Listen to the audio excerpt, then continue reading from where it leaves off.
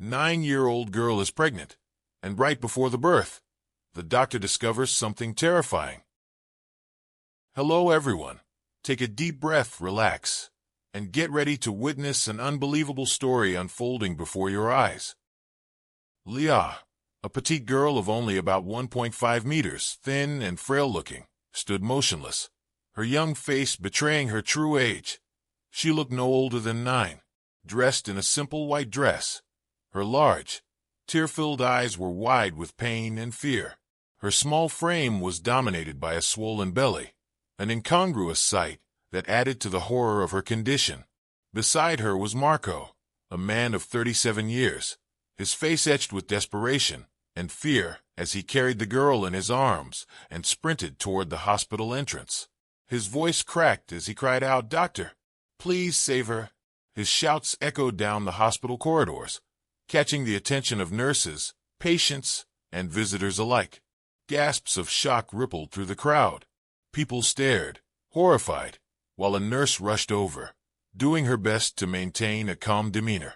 "What happened?" she asked, her eyes darting between the girl and the man who held her. When she took in Leah's condition, her professional composure cracked, an unmistakable anger simmering beneath her exterior. She's in labor," Marco stammered, his voice desperate. "Please, we need help." The nurse sprang into action, grabbing the intercom. "We need a stretcher at the main entrance immediately." As they waited, the nurse leaned close to Leah, gently placing a hand on her shoulder, trying to comfort her. "Hold on, sweetheart. We're going to help you." But inside, the nurse's mind reeled with unanswered questions. How could such a young girl end up like this? When the stretcher finally arrived, they laid Leah down as gently as possible and hurried her toward the emergency room.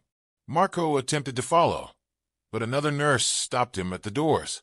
"Sir, I'm sorry, but you have to stay here," she said firmly, but with a hint of compassion. "Let us take care of her. We need to know what happened." Marco's face twisted in anguish. She's my responsibility," he murmured, his voice choked with emotion. "I can't leave her alone." Inside the emergency room, doctors and nurses worked tirelessly to stabilize Leah's condition. Dr. Bennett, an experienced physician on call that night, washed his hands, preparing for what he suspected would be a traumatic procedure. His thoughts darkened as he remembered the first impression Leah's condition had left on him. What kind of monster could allow this to happen? He wondered bitterly, his expression tight with anger. Meanwhile, in the waiting room, whispers turned into loud conversations as onlookers speculated about the shocking scene they'd just witnessed.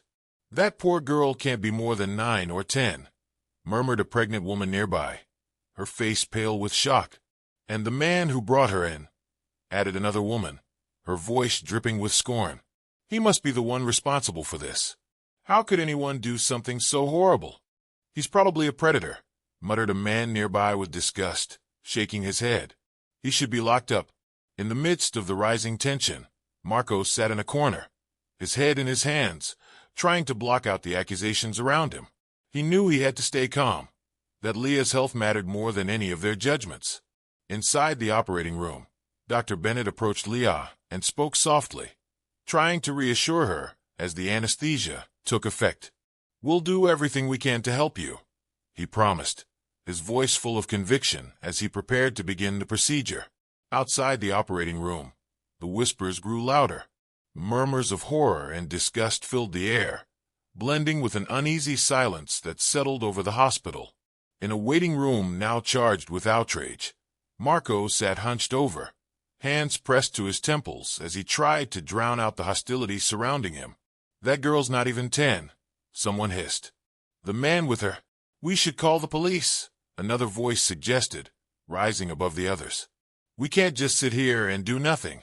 Hearing the clamor, a nurse approached Marco, her face a mixture of concern and professionalism. "Sir," she began, her tone firm yet compassionate, "we need you to tell us what happened." Marco looked up, eyes pleading. "Please, Leah, she just needs help. That's all that matters right now." The nurse nodded, understanding that Marco was too distraught to say much more. "We'll do our best for her," she assured him. Just then, An older woman with arms crossed and brows furrowed turned to Marco, her voice harsh. "That man should be in jail," she shouted, her voice thick with anger.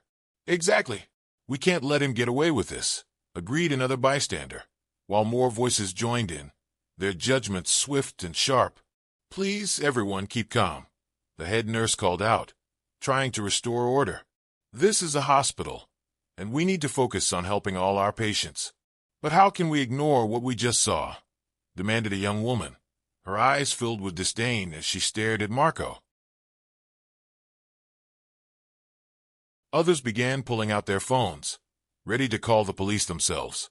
Marco, feeling trapped, closed his eyes and pressed his hands against his temples, attempting to shut out their voices. But the hostility around him was palpable, pressing in on him from every side.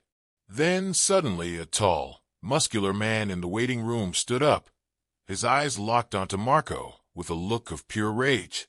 Without saying a word, he strode over, grabbed Marco by the collar, and hauled him up from the chair. "You sick monster!" the man shouted, his face flushed with anger. "How could you do this to a child?" Marco, trembling and shocked, raised his hands in a desperate attempt to defend himself. "No, please, you don't understand," he stammered, his voice quivering.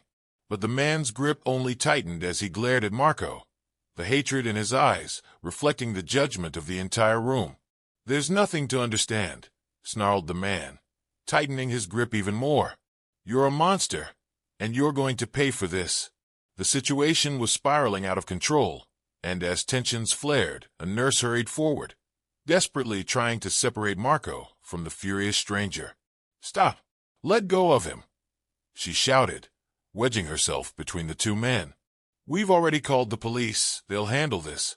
Reluctantly, the man released Marco with a rough push, sending him stumbling back into a chair. The nurse quickly checked to see if Marco was okay before turning to address the angry man. "I understand your frustration," she said firmly, "but this is a hospital. We cannot allow violence here. Let the authorities do their job." Marco, breathing heavily, tried to steady himself, knowing that he couldn't change anyone's perception of him at that moment. All he could do was stay calm, for Leah's sake. But only moments later, 2 police officers arrived, responding to the calls from concerned onlookers. They approached Marco directly, their expressions grave. "Sir, we need you to come with us," one of the officers said, placing a steady, non-threatening hand on Marco's shoulder.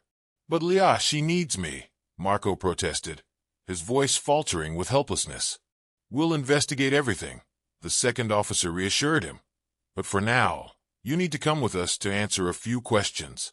With a heavy heart and his mind clouded with worry, Marco stood up, following the officers down the corridor as the onlookers murmured and cast judgmental glances in his direction. As he walked away, shame and despair gripped him. Every step felt like a painful reminder of the nightmare he was now trapped in. The whispers around him felt like poisoned arrows, each one driving deeper into his heart. At the police station, Marco was led into a small, cold interrogation room with gray walls and harsh fluorescent lighting. The metal table and uncomfortable chairs added to the feeling of isolation and despair. "Have a seat," one of the detectives instructed, motioning toward the chair across from him. Marco sat down, the handcuffs biting into his wrists, a constant reminder of the seriousness of the situation. The detective, a woman with a composed but sharp demeanor, introduced herself. "I'm Detective Simone, and this is Detective Ramirez," she said, opening a thick file. "We've received some very serious complaints against you, Mr. Marco. We need to hear your side of the story." Marco took a deep breath, his voice shaky but determined. "Leah, she isn't a child," he began. "She's actually my English tutor. Leah's 27 years old, but she has a rare condition that makes her look much younger than she is." The detectives exchanged skeptical glances, but Marco continued.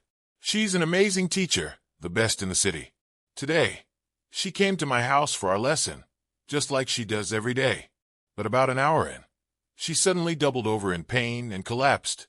I panicked and brought her here right away." He paused, looking down at the table before glancing back at the detectives.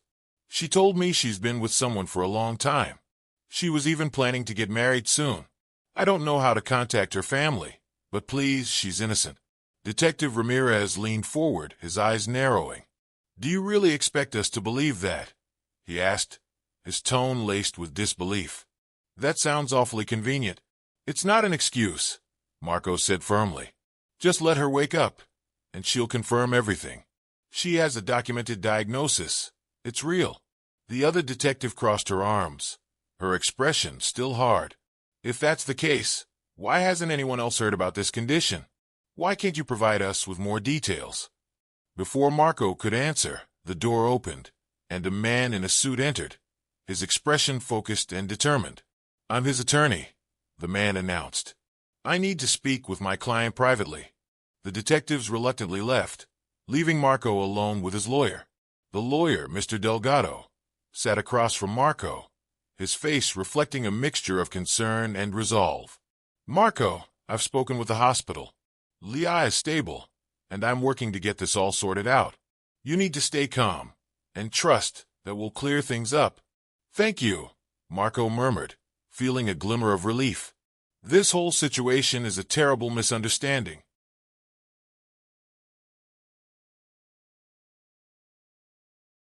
"I know," Delgado replied, "but we'll need to gather concrete evidence.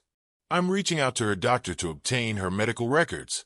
When the detectives returned, Mr. Delgado stood up and handed them a preliminary document. "Detectives, this document outlines Leah's condition," he said. "You can verify this with her doctor." One detective scanned the document carefully.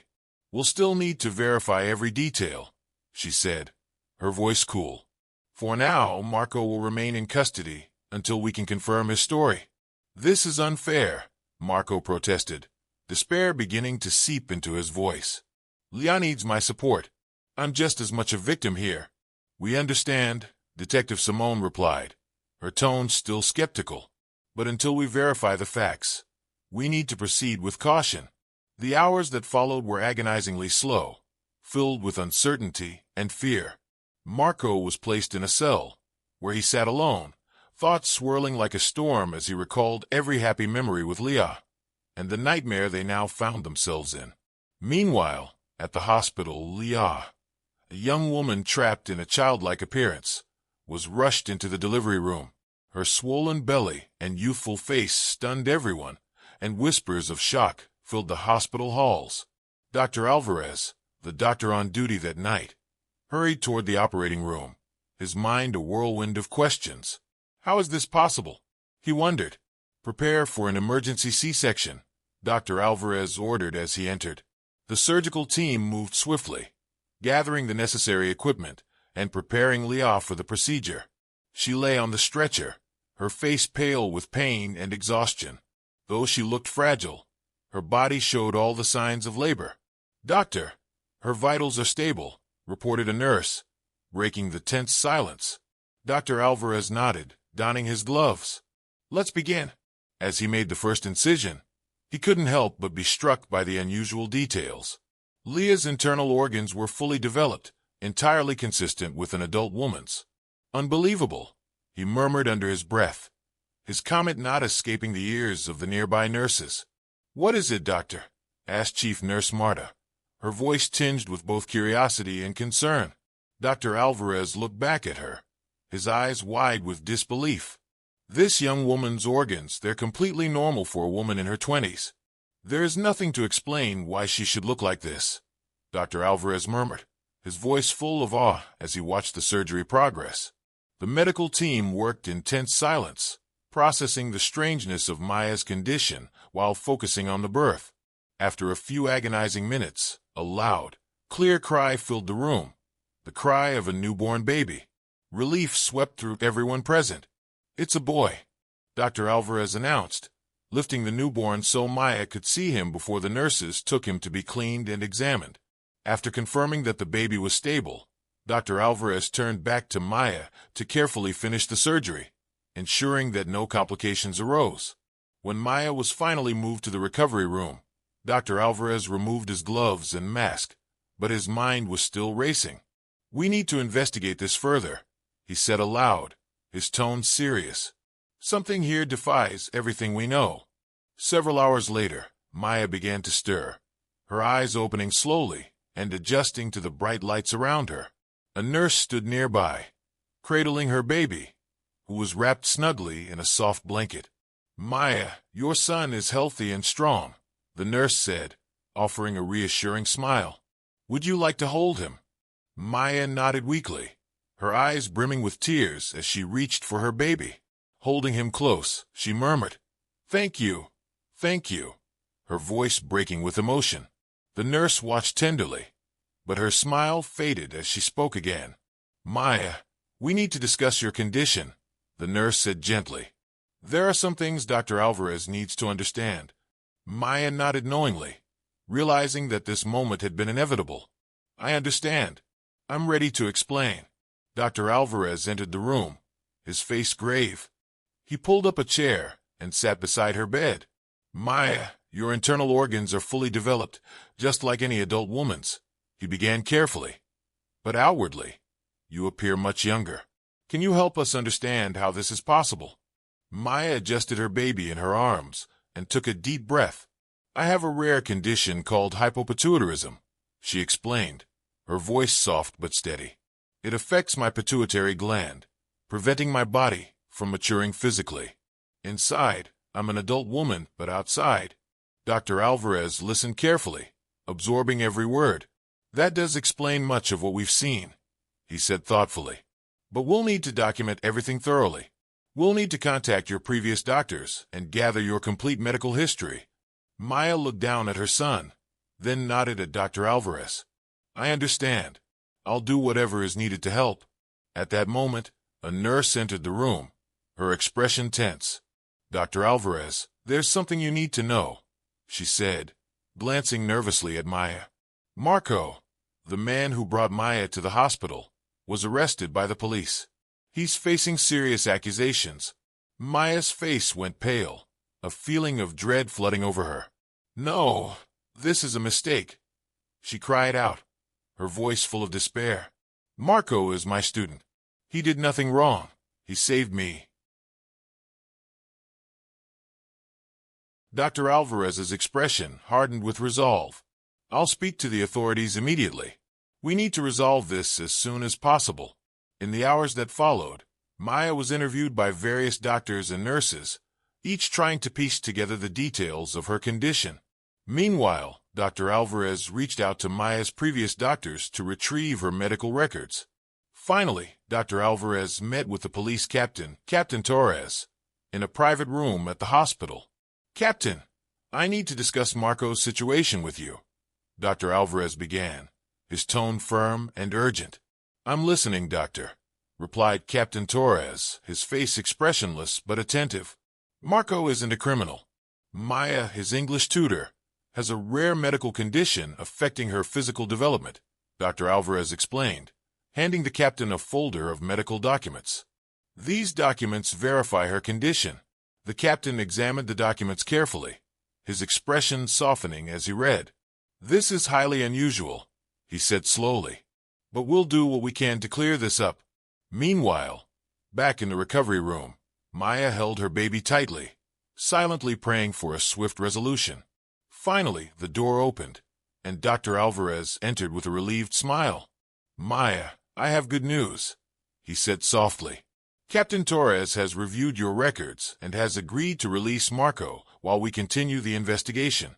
Everything is going to be fine." Maya sighed in relief, tears streaming down her face. "Thank you, doctor. Thank you for everything." A few moments later, Marco was escorted back into the room by two officers. His face was etched with exhaustion, but his expression softened as soon as he saw Maya and her baby. "Maya," he whispered, stepping closer to her bed. "Are you okay?" Maya looked up at him, gratitude filling her eyes.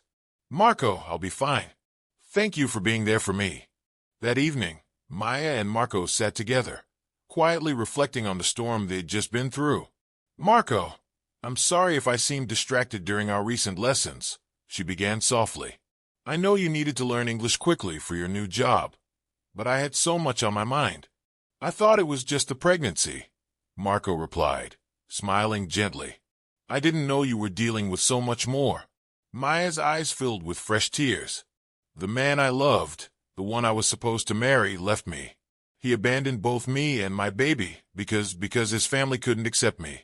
He didn't want to protect us anymore. So he cut all ties, leaving us alone. Marco's face fell, stunned by her words. He reached out and took her hand gently. Maya, I had no idea. I can't imagine what you've gone through. He looked into her eyes, his voice earnest. To me, you're not unusual at all. You're talented, kind, and resilient. I've admired you for a long time. He hesitated before adding, if you're open to it, I'd like to be there for you and your baby. I've cared about you for a long time, but I kept it to myself because I knew you were engaged. Tears streamed down Maya's cheeks as she looked at Marco, a glimmer of hope lighting her eyes. In the days that followed, as Maya and Marco prepared to leave the hospital, a new chapter began to unfold.